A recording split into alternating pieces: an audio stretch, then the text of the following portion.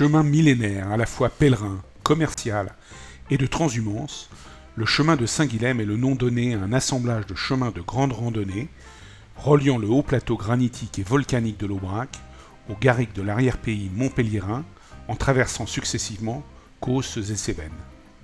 Son parcours emprunte l'antique voie de transhumance, connue sous le nom de Grande Draille d'Aubrac, qui permettait naguère aux troupeaux ovins de quitter annuellement leur sèche garrigue littorale afin de paître en altitude les prés toujours verdoyants de l'Aubrac. Dans un sens nord-sud, partant d'Aumont-Aubrac, le chemin mène à l'abbaye de Saint-Guilhem-le-Désert en un peu plus de 250 km. Il se parcourt en 12 à 15 jours. Nous avons en fait marché 14 jours. Le tracé emprunte successivement les sentiers de l'Aubrac, des gorges du Tarn, du Causse de Sauveterre et Méjean. Il aborde ensuite les pentes du mont Égual pour rejoindre le Causse de Blandas, traverser le cirque de Navacelles, atteindre le plateau du Larzac et franchir la montagne de la Sérane afin de descendre vers le village de Saint-Guilhem-le-Désert. C'est cette randonnée, avec mon ami Vincent, que je vais vous conter maintenant. Premier jour de notre nouveau périple avec mon pote Vincent, ici présent. Donc on est parti ce coup-ci sur le chemin de Saint-Guilhem. Départ d'Aumont-Aubrac ce matin, à l'heure où blanchit la campagne. On est parti avant 8 h ce matin. On avait des voisins de Chambray qui étaient assez énervés, qui étaient debout à 6 h. Alors, c'est pas qu'on est en mode guerrier, mais à 6 h, c'était fini. Donc, lever 6 h et nuit. Et puis, du coup, roule ma poule, on est parti. Donc voilà, première étape de notre chemin de Saint-Guilhem. C'est un grand périple de 250 km, qu'on va se faire gentiment. On commence par suivre le chemin de Compostelle jusqu'à Nasbinal. Et puis après, on pique au sud.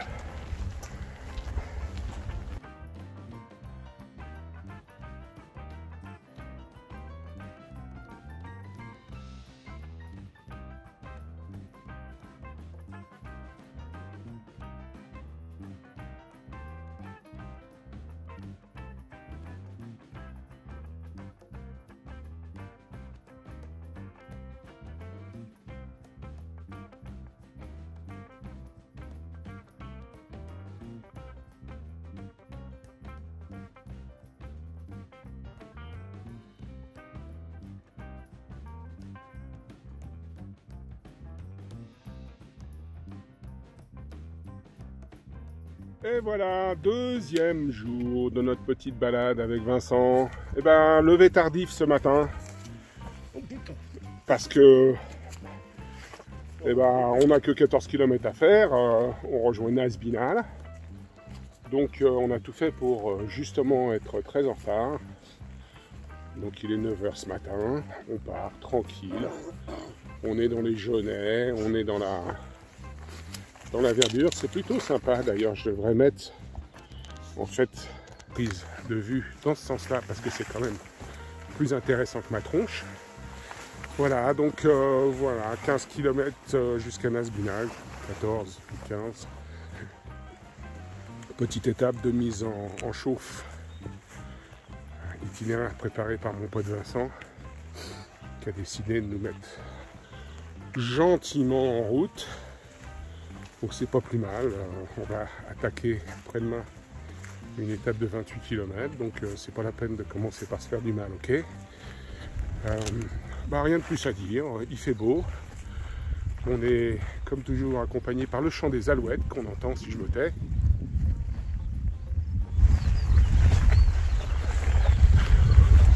Bon, peut-être que le son est quand même pas de cette qualité-là.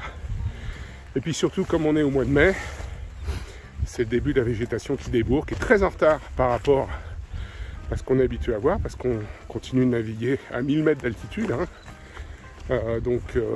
C'est quand même relativement en retard. Et on voit les jonquilles qui jonchent tous les champs. Alors on est un peu déçus parce que les vaches sont pas encore sorties des étables. Donc le paysage n'est pas agrémenté de vaches comme on aurait aimé.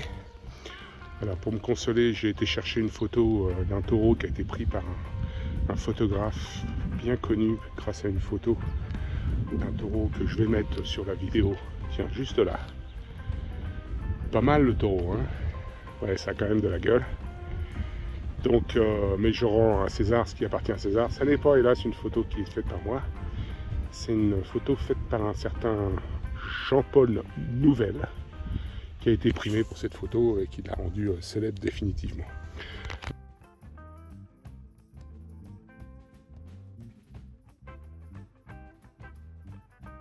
Aujourd'hui, on traîne, on n'a que 14 km à faire. Alors en fait, on n'avance pas parce qu'on s'arrête beaucoup pour faire des photos, pour profiter du paysage et du beau temps.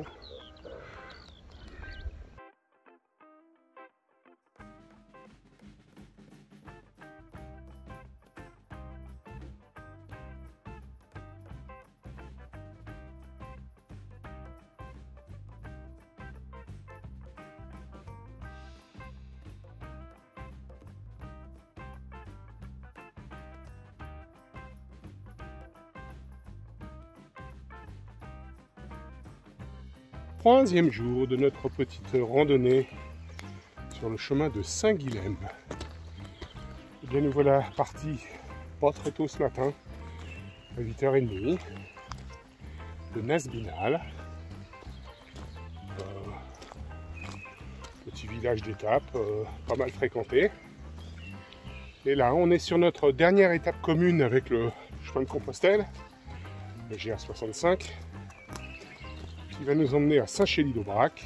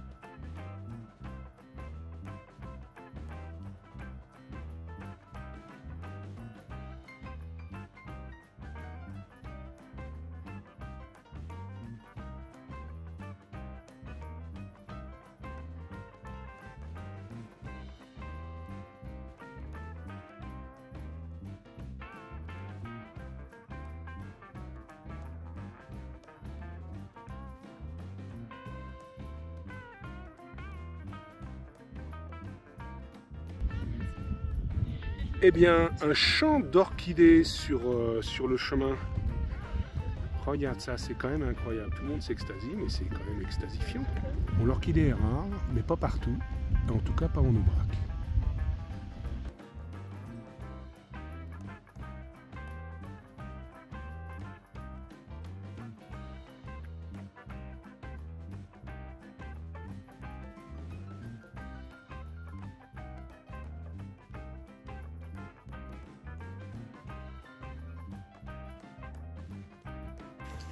Quatrième jour, départ de Saint-Chély. On quitte le chemin de Compostelle pour vraiment faire la portion spécifique. Et on ne sera pas tout seul, effectivement, on a des compagnons d'infortune, on part sous la pluie. Et donc, il fallait bien qu'un jour on ait un peu de pluie. Donc, voilà, on est sous cap. On est parti pour 28 km. Une petite randonnée dans la... C'est pas de la montagne, mais quand même. Gros dénivelé et au démarrage. Donc là, on est en train de monter sur les hauteurs.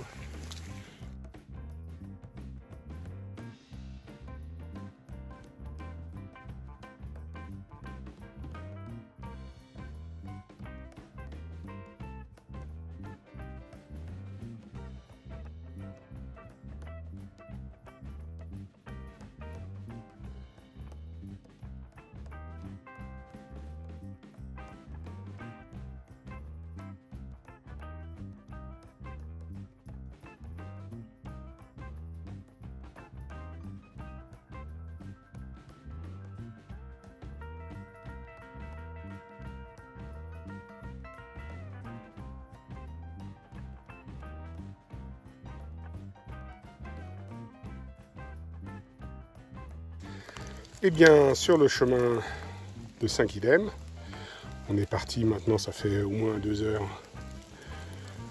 Et on est sur la voie romaine. La voie romaine qui est effectivement assez sympa. Bon, le temps ne s'y prête pas. Mais donc, ce qu'on se dit, c'est que les Romains n'étaient pas fous. Ils ne faisaient pas des voies en montée-descente. Ils essayaient de suivre les courbes de niveau. Donc, ce qui est plutôt bon signe, parce qu'on vient de se taper entre 2 et 400 mètres de dénivelé positif là, pour monter sur le plateau. Et là maintenant, youpi Noël. Bon, on est dans la brume, on a essuyé plein de flottes. On est toujours sous cap. Mais ça le fait pas mal quand même. Hein.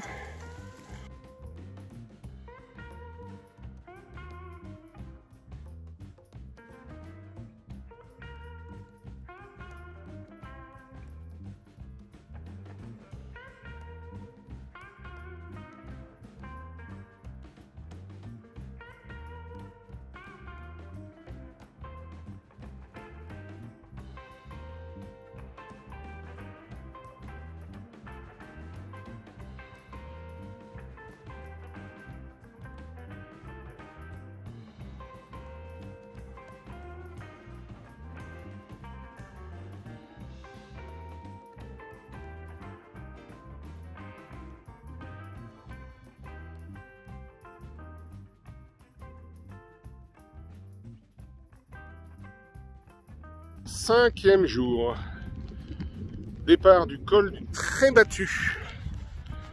Après une grosse étape hier de 29 km, sous la flotte en plus, on a fait des choses bien. Et ben nous revoilà repartis pour la Canot. Sous un grand soleil. Sous un grand soleil, ça nous change d'hier parce qu'effectivement, bon, c'était notre jour de pluie, on va dire, il en faut dans une expérience de randonneur. On a testé nos chaussures, nos capes de pluie, on a tout validé pour la pluie, ça y est, ça c'est fait.